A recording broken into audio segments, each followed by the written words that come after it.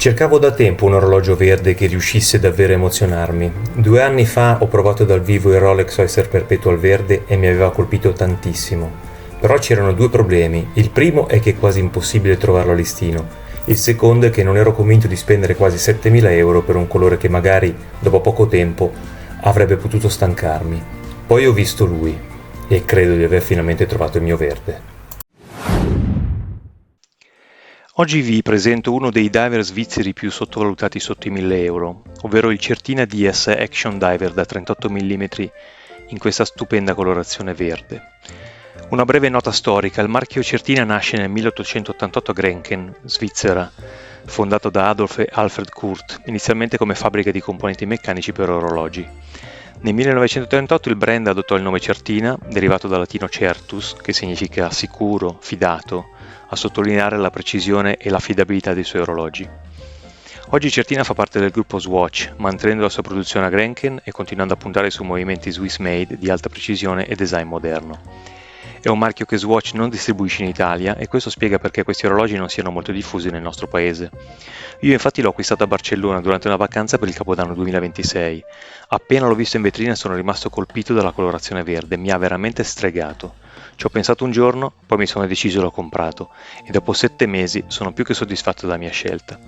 Perché questo verde è ipnotico, la finitura laccata rende il quadrante cangiante. In luoghi chiusi sembra molto scuro, ma non appena viene colpito dalla luce naturale è come se si accendesse prendendo vita. Le foto e i video non gli rendono giustizia, vi assicuro che dal vivo continua ad avere qualcosa in più. È davvero uno di quegli orologi che ogni tanto ti ritrovi ad ammirare anche se non devi leggere l'ora. Passiamo al design. Certina con questo diver ha fatto una scelta davvero intelligente, trovando un perfetto equilibrio delle proporzioni. Gli indici sono ben dimensionati, la ghiera è proporzionata alla cassa e anche rispetto alla dimensione del quadrante. Prima di queste nuove versioni da 38 mm infatti c'era già una linea da 43 mm con movimento automatico. Mi piaceva il disegno, ma per me sarebbe stato troppo grande, e poi questa nuova linea con quadrante laccato e ghiera in ceramica per me sono tutta un'altra storia. Sul mio polso, che misura circa 16 cm e mezzo, lo trovo veramente perfetto. Ha la presenza di un vero diver, ma non dà mai quella sensazione di essere troppo grande o troppo pesante. E l'insieme trasmette una sensazione di qualità già dal primo contatto. La cosa che mi piace di più è che riesce a essere sportivo senza essere eccessivo. Lo vedo tranquillamente con una polo, una camicia, una felpa, ma anche con un maglione invernale o una giacca casual. È uno di quegli orologi che puoi indossare quasi tutti i giorni, certo non in occasioni particolarmente formali, ma senza avere la sensazione di portare al polso un diver troppo estremo. E questa versatilità rappresenta un altro dei punti di forza di questo gioiellino. Passando ai dettagli, parliamo del quadrante. Come avrete capito, per me è l'elemento più riuscito dell'intero orologio ed è anche il motivo per cui continuo a guardarlo ogni volta che lo porto al polso. Ma non è solo una questione di colore, è proprio il modo in cui è stato progettato. Gli indici in rilievo danno una bellissima profondità al quadrante e catturano la luce in modo davvero piacevole. Inoltre, invece di richiamare il layout comune a tanti diver, Certina ha scelto 3 indici trapezoidali a ore 6, 9 e 12. È una scelta semplice, ma che gli dà una personalità ben riconoscibile. Anche il set di lancette lo trovo bellissimo. Quella delle ore ha una distintiva forma a freccia che è bella, ha carattere e rende la lettura dell'ora immediata. La lancetta dei secondi con il classico stile lollipop si integra perfettamente con gli indici circolari. Sono piccoli dettagli, ma nell'insieme contribuiscono a dare armonia al quadrante. Il Reo riporta la scala dei minuti, replicata anche sulla ghiera. E già che siamo sul quadrante, 2 parole anche sulla luminosità al buio. È davvero buona grazie al super luminova applicato su indice e lancette, oltre che sul dot a ore 12 sulla ghiera. Si carica rapidamente e rimane ben leggibile per diverse ore. È un aspetto rilevante su un diver da 300 metri, ma è anche apprezzabile nel quotidiano, perché anche quando sei in garage o semplicemente passi in un corridoio non illuminato, l'ora si legge facilmente. Il datario è a ore 3, è di facile lettura e non disturba l'equilibrio del quadrante grazie al disco data bianco che riprende il colore degli indici, rimanendo perfettamente integrato nell'insieme. Dopo il quadrante, la seconda cosa che mi ha convinto è la ghiera, che riporta la scala dei minuti e ha un dot luminoso come detto nel triangolo ore 12. I 120 scatti sono estremamente precisi, direi croccanti.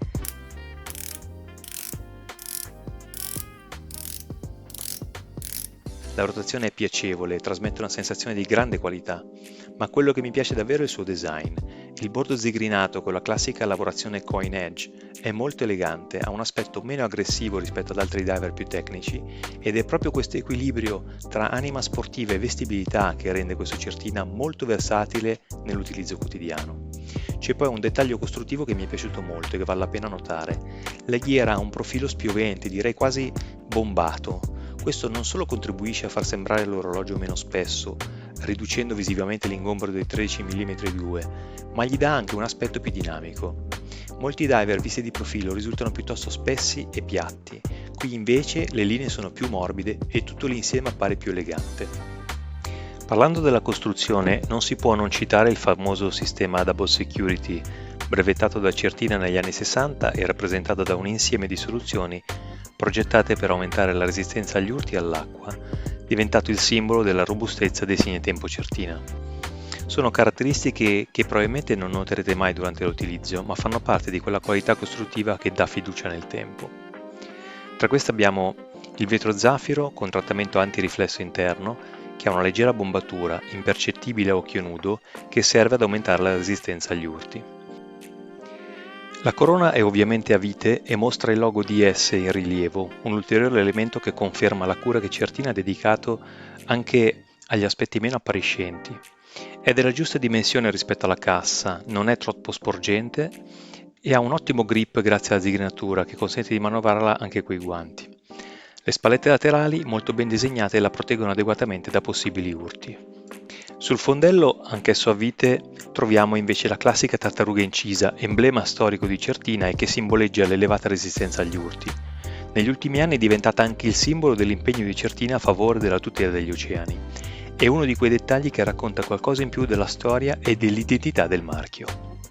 Passiamo al bracciale, è interamente satinato proprio come la cassa, l'ho trovato ben costruito, robusto e piuttosto comodo.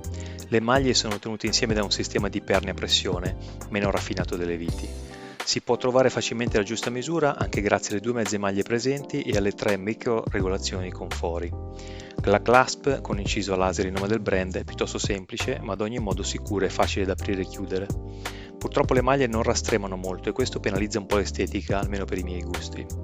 Inoltre i mail hand link aumentano l'ingombro al polso, ma la loro curvatura fa sì che l'orologio rimanga comunque comodo e ben bilanciato in rapporto a diametro e spessore della cassa. Mi piace il sistema di sgancio rapido che permette di sostituirlo facilmente con un cinturino senza utilizzare attrezzi. Se proprio devo trovare qualcosa che manca, avrei preferito che ci fosse la microregolazione rapida della chiusura, ma non si può avere tutto. Prima di passare al movimento però fermiamoci un attimo, vediamo se i numeri confermano le sensazioni. Abbiamo un diametro cassa di 38 mm, un diametro del quadrante di 30 mm, quindi ottima proporzione tra quadrante e ghiera, spessore complessivo di 13,2 mm, lunghezza da ansa ad ansa di 44,6 mm, mentre se consideriamo il finale del bracciale con prima maglia fissa l'ingombro longitudinale complessivo arriva a 50,6 mm. La larghezza del bracciale tra le anse è 19 mm, che rastrema fino a 17 mm alla clasp. Il peso dell'orologio, regolato per un polso da 16,5, è di 142 grammi. Passando al movimento, qui troviamo il Powermatic 80, prodotto da ETA, ma nella versione 80611, ovvero alta gamma. Infatti non tutti i Powermatic 80 sono uguali. Questo Certina monta una delle versioni più interessanti, con scappamento tradizionale e spirale in Nivacron, che è una lega di titanio sviluppata per migliorare la resistenza agli urti, essendo più elastica del silicio, e ai campi magnetici. Si tratta quindi di un movimento particolarmente robusto, anche se non certificato COSC come la versione con spirale in silicio, che però è molto più fragile in caso di urti.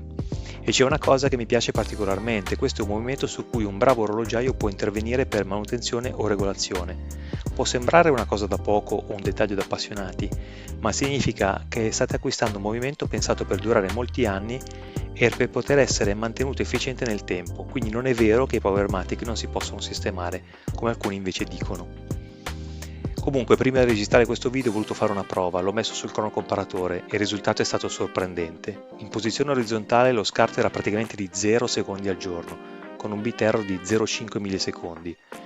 Questo dimostra che il movimento, che viene regolato al laser in fabbrica, anche se non è certificato COSC, gira in maniera perfetta. Mentre vi mostro 2 cinturini alternativi al bracciale in acciaio, quello in silicone verde lo trovo stupendo, soprattutto per l'estate, vi do il mio giudizio finale su questo segnatempo. Tra gli aspetti che potrebbero essere migliorati c'è il bracciale, che seppur ben costruito e solido è l'elemento meno convincente dell'intero orologio. La chiusura è piuttosto semplice, il bracciale rastrema poco e i mail hand link lo fanno percepire leggermente più importante al polso. Detto questo, capisco perfettamente la scelta di Certina. Realizzare un ottimo bracciale a un costo elevato incide parecchio sul prezzo finale e probabilmente è proprio qui che hanno deciso di contenere i costi per riuscire a offrire tutto il resto a questa cifra. Ma personalmente preferisco un quadrante con questa finitura laccata, una ghiera in ceramica così e un movimento con questo livello di performance piuttosto che un bracciale migliore a un prezzo decisamente più alto. E quindi a chi consiglierei questo Certina? Sicuramente a chi ha un polso piccolo o medio e cerca un diver che stia bene senza risultare ingombrante.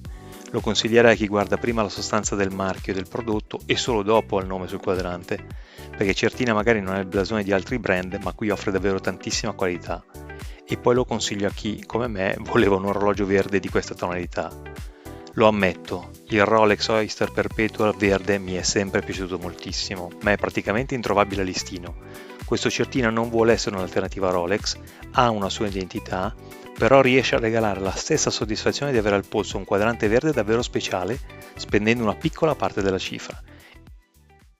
C'è però una precisazione che voglio fare: se state cercando un unico orologio da portare davvero tutti i giorni, forse sceglierei la versione nera, perché questo verde è meraviglioso, è probabilmente il motivo principale per cui ho scelto proprio questa referenza, ma ha anche un carattere decisamente sportivo.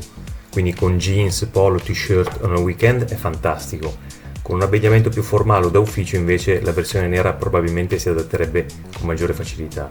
Quindi lo ricomprerei? La risposta è sì, senza particolari dubbi, perché questo orologio è riuscito a fare una cosa che non capita spesso. Mi ha sorpreso.